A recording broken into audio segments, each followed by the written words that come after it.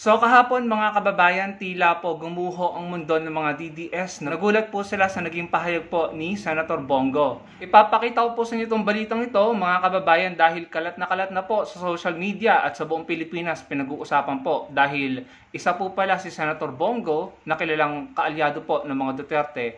Isa po pala siya sa mga senador na gustong mag-convene ang Senado para maumpisahan na ang trial, impeachment trial ni VP Sara. Sabi po dito sa post ni Richard Haydarian na isang kilalang political commentator or analyst, sabi diyan, Team Piatos lost round 1. Pinapakita po dito sa larawang ito, no, yung mga senador na pabor sa pag-convene ng Senado sa impeachment trial ni VP Sara at yung mga gustong i-dismiss. So makikita niyo po yung mga gustong mag-convene. Nangunguna na po si Senator Risa Hontiveros, Senator Pimentel, Senator Cayetano, Senator Bongo, Estrada, Escudero, Ejercito, Gatchalian, and Subiri. At alam naman po natin yung tinatawag na Duterte Black, yung ayaw ng impeachment trial, si De La Rosa, Padilla, si Senator Amy Marcos, Tolentino, Villar, and yung nanay po ni Mark Villar na si Cynthia Villar. Yung iba po, no comment yet, no? So, kitang-kita po dyan, no? At hindi lamang po sa post na yan ni Richard Haydarian, dito rin po pinapakita, no, sa post ng FTTM, Senator Bongo votes to convene the impeachment court for VP Sara Duterte. And sa balitang ito nga po ng ANC, sa interviewing iyan, sabi ni Senator Bongo, ayoko maging partial. Bongo says ready for VP impeachment trial. So, handa daw siya sa impeachment trial. Ayan, nakita niyo mga kababayan, no? So, ito yung ang dami nagsasabi, plot twist daw po ito, no? At ito po yung kinagulat ng mga DDS. Sa totoo lang mga kababayan, alam nyo, hindi na po ako nagulat eh. Sabi ko nung lumabas ang result ng eleksyon sa pagkasenador, nag number 1 si Senator Bongo, sabi ko sa sarili ko, magkakaroon to ng kumpiyansa sa sarili niya na mag-aim ng mas mataas na posisyon sa 2028. Kasi nakita niya number 1 siya eh. Binoto siya ng mahigit 20 million kung hindi ako nagkakamali, no? So, meron siyang malaking chance na makakuha ng maraming boto sa 2028 kung gagalingan pa niya, no? Kaya ngayon, siguro nakita niya, na-realize niya na hindi niya kailangang ipakita yung suporta sa mga Duterte. Kasi sa totoo lang, no, marami pong bumoto kay Senator Bongo na hindi mga DDS. Ang katwiran nila, dahil natulungan sila ng Malasakit Center, but in reality, technically, existing na po yung Malasakit Center na yan. May mga tumutulong na sa mga kailangan ng pampa-hospital. Ang ginawa lang ni Senator Bongo, siguro siya yung nag-push, no, para parang maging one-stop shop, no, para mas mabilis, no, or mas madali yung paghingi ng tulong. At pinangalanan nilang Malasakit Center. But so yun na nga, no, although kahit nandiyan na yan, na-appreciate po ng mga tao yung Malasakit Center na yon ni Senator Bongo. Kaya siguro tumabo siya ng maraming boto. And hindi nga lang po mga DDS, no, ang bumoto sa kanya. Maraming hindi DDS ang bumoto sa kanya dahil nga daw po sa Malasakit Center. Ngayon, siguro nararamdaman ni Senator Bongo na may pag-asa siya na maging presidente sa 2028. Kaya ngayon, no, siguro in my opinion, siguro naglalaro siya ng chess, no. Gusto niya, in my opinion lang naman na to, no, maaring mali ako, na siguro gusto din niya na ma-eliminate yung maaaring maging karibal niya sa 2028, no, para mas lumaki yung chance niya. Kasi kapag na-eliminate si VP Sara, lahat ng boto ng DDS pupunta na kay Senator Bongo, no? Plus yung makukuha pa niya sa mga non-DDS. Kaya ayan, kalat na kalat, pinag-uusapan po sa social media yung naging pahayag ni Senator Bongo at yung kanyang pagpapakita ng interest na mag-convene ang Senado para sa impeachment trial ni VP Sara, no? So, ano kayang naramdaman dito ni VP Sara at ng mga DDS nung nakita nila yan, no? Talagang kahit ako, hindi ko inaasahan yan dahil ang alam ko, kasama po sa Duterte Black si Senator Bongo.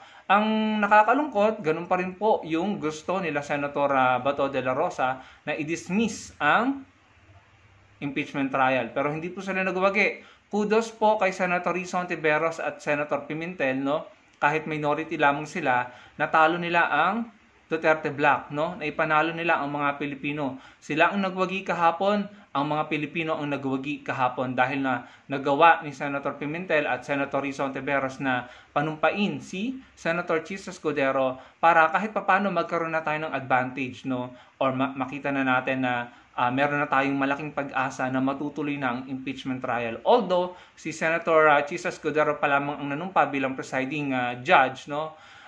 Malaking bagay na po yun. Talagang pinaghirapan po yun ni Senator Pimentel at Senator Rizzo Ontiveros kahapon. Talagang nakipagbalitaktakan sila. At kung mapapansin nyo, ilang beses pong nag-recess or nagkaroon ng break, no? Sila po ay nagtatalo-talo dyan ng informal, no? Yung nakikita natin sa TV, sa social media, na sila ay mga nagsasalita. Formal yun eh. Hindi nila pwedeng ipakita yung kanilang gigil at kanilang siguro mga galit, ano. So pag mga informal discussion kapag naka-break, I'm sure nagkakaroon niya ng pagkakainitan, ano. Pero nevertheless, at the end of the day, nagtagumpay po ang mga Pilipino sa tulong po ni Senator Pimentel at Senator Rizzo Ontiveros dahil nagawa nga po nilang panumpain si Senator Chisa Escudero, no.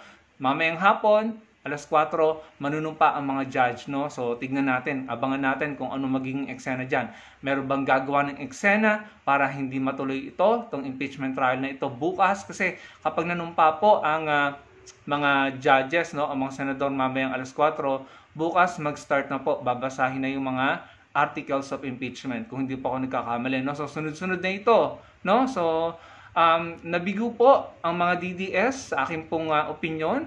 At talaga naman pong siguro nasaktan sila at nagulat sila sa naging pahayag at desisyon ni Senator Bongo, no? Nagwagi ang mga Pilipino sa pamamagitan ni Senator Pimentel at Senator Rizzo Ontiveros. Tagumpay po tayo doon.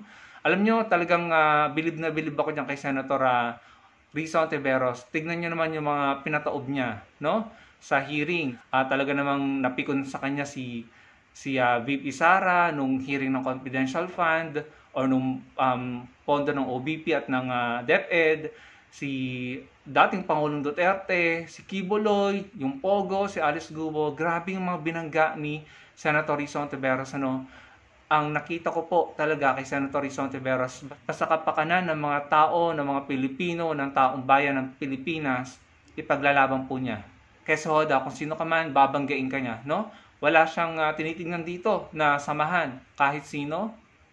Kapag para sa mga Pilipino, gagawin niya at wala siyang pakialam kung sino man ang masagasaan, no? So, kudos kay Senator Risa, Senator Pimentel at sa iba pang mga senador na kapakanan at interes sa mga Pilipino ang pinaglalaban, ano? So, mawi-witness po natin bukas yung pagbasa ng mga articles of impeachment. Ang isa pang nakakalungkot at nakakapikon, si Robin Padilla nag-drop ng sarili niyang resolusyon para pigilan ang impeachment trial ni VP Sara. Pero sa tingin ko, hindi po siya magtatagumpay. Kagaya po ni Bato de la Rosa na hindi naman din nagtagumpay yung kanyang resolution to dismiss the impeachment trial. Ano po? And sabi ni, ayan no, basahin nyo, sabi ni Robin Padilla, kahit daw sunugin siya, mangangamoy Duterte siya. No? So napakasama nun para po sa akin kasi hindi ka para sa mga Pilipino para ka lamang sa politiko at para ka lamang sa mga Duterte. Imagine, ikaw ay isa sa magiging judge, no?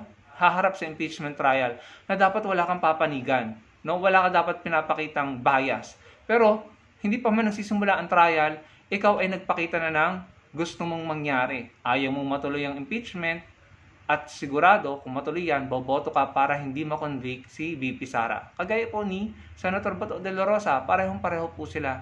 Para lamang po sila sa mga Duterte.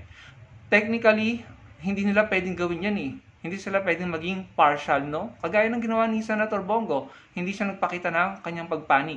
Ang ginawa lang niya, sinabi niya na dapat ituloy yan, yung impeachment trial na yan. Ganon din ang ginagawa nila Senator Risa. Hindi nila sinasabi na ipagtatanggol nila, i-convict nila, or i-acquit nila si VP Sara. Wala silang ganon. Ang pinaglalaban nila is yung gusto ng mga Pilipino na matuloy ang impeachment trial. Para ma-witness natin yung labanan ng depensa at prosecution. Para tayo po ang humusga kung sino po ba ang nagsasabi ng totoo, kung may guilt ba si VP Sara or inosente siya. At para makita po natin yung mga sinasabing ebidensya, mahalaga po yun para sa ating mga Pilipino. Kasi nga po, pag hindi natuloy yan, malaki po ang mawawala sa mga Pilipino. Hindi na po magiging accountable ang mga tiwaling politiko at maaari pang dumami ang tiwali at katiwalian sa bansa natin. So si Robin Padilla at saka po si Senator Bato, kitang-kita po natin na meron po silang bias at meron po silang kakampihan dyan. Wala na po tayong magagawa. Aminado naman sila at pinakikita nila ito sa taong bayan. Nakakalungkot, pero ganun po talaga sila eh. sinasabi nga po ng konstitusyon, wala po silang choice kundi i-push ang impeachment trial. Pero ang ginagawa ni Senator Bato at ni Senator Robin Padilla, sila yung gustong pumigil, no? So alam na natin kung ano magiging boto nila. Congratulations din po sa mga tao na patuloy na nagsasalita, sa mga vloggers, no, na patuloy na gumagawa ng content para manawagan i-push ang impeachment trial. At maraming pong salamat sa inyong suporta sa aming mga vloggers na patuloy na nagpapalakas ng loob namin, nag-i-inspire sa amin at nagmo-motivate, no, nagpapalakas sa amin para maging somehow maging tagapagsalita ng mga kababayan natin na maaring pinoprotektahan ang privacy nila at hindi komportable na magsalita sa publiko sa social media. Maraming pong salamat sa inyong suporta. Ang inyong pong suporta, ang aming pong pagsasalita, ang pagsasalita ng taong bayan, ang pagkilos protesta kahapon at gagawin mamaya at bukas, malaking bagay po yan, malaking tulong po yan. Kaya nagtagumpay po si Senator Risa Hontiveros at si Senator Pimentel. Malaking bagay po ang ginawa nating pagsasalita, ang ating pong pagsasama-sama, ang inyong suporta, kaya po tayo nagtagumpay kahapon. Kaya po nagawang panumpain, no, si Senator Chis Escudero. Kaya patuloy po natin gawin ito para naman po ito sa bansa natin, sa bayan natin at sa ating mga Pilipino. At higit sa lahat, para po sa mga susunod na henerasyon ng mga Pilipino, sa ating mga anak at apo, na wag na po nating hayaan na magkaroon sila ng gobyerno at mga leaders na mga tiwali. Ngayon pa lang, magsama-sama tayo na pigilan, no, na mag-multiply ang mga tiwali sa gobyerno. Ngayon pa lang, ipakita natin sa mga susunod na henerasyon ng ating bansa, no, sa mga kabataan natin, na tayo ay pwede nilang maging magandang role model, na tayo nakikipaglaban ngayon para sa kanila. Na makikita nila, no, sa panahon nila in the future, magbabalik tanaw sila sa panahon natin, sa ating panahon na tayo ay nakipaglaban para sa maayos at matinong gobyerno, no, para maging huwaran tayo sa kanila. Nakakalungkot nga lang po, no, yung balita na maraming kabataan at estudyanteng mga Pilipino po ang infected or nagpositibo po sa, alam niyo na, yung nakukuhang sakit sa pakikipag alam niyo na, mga kababayan, ano. So nakakalungkot 'yon, na nalungkot ako doon, sabi ko, nasisira po ang buhay ng mga kabataan Pilipino. Nakakadurog 'yan. Dahil mga kabataan po natin, ang sinasabi nga po ni Dr. Rizal, na pag-asa ng bayan natin or pag-asa ng bansa natin. Paano kung bata pa sila, mga estudyante pa lang sila, ay nagkakasakit na po sila at yung kalusugan nila ay nagiging unhealthy, morbid, no, dahil po sa, alam niyo na, no. Kaya yung mga kabataan na makakapanood ng video na ito, magpa-test po kayo. At meron namang pong PrEP, no, na binibigay na libre. Ang mga test na ginagawa, no, sa RITM, libre din. Sa San Lazaro, libre din. Sa inyong mga LGUs, may nagpo-provide ng libreng test, no. At saka maging maingat, no, mag-practice ng safe at hangga't maaari abstinence, no, yung tinatawag na abstinence. At stick to one partner, dahil kayong mga kabataan ang pag-asa ng ating bansa, no? Kapag kami tumanda na, kayo ang papalit, pero paano nyo maipaglalaban ng bansa natin kung kayo ay hindi malusog, no? Ganon din po sa paglaban sa illegal na gamot. I-engage nyo ang inyong mga sarili sa ating mga kabataan, i-engage nyo ang inyong mga sarili sa sports, sa talent development at sa mga bagay na kapaki-pakinabang, para maging kapaki-pakinabang po kayo at maging productive para sa bansa natin. Dahil doon po nagsisimula ang kaunlaran. Kung pare-pareho po tayo na nasa ayos, maayos, at iniisip lamang ang ikabubuti ng buhay natin. Ano? Umiwas tayo sa masasamang bisyo, ingatan natin ang ating kalusugan, at nang maging malusog po tayo at maging malakas sa pagtatanggol po ng ating bansa, sa pagtatanggol po ng ating West Philippine Sea. Maraming pong salamat sa panonood, mga kababayan.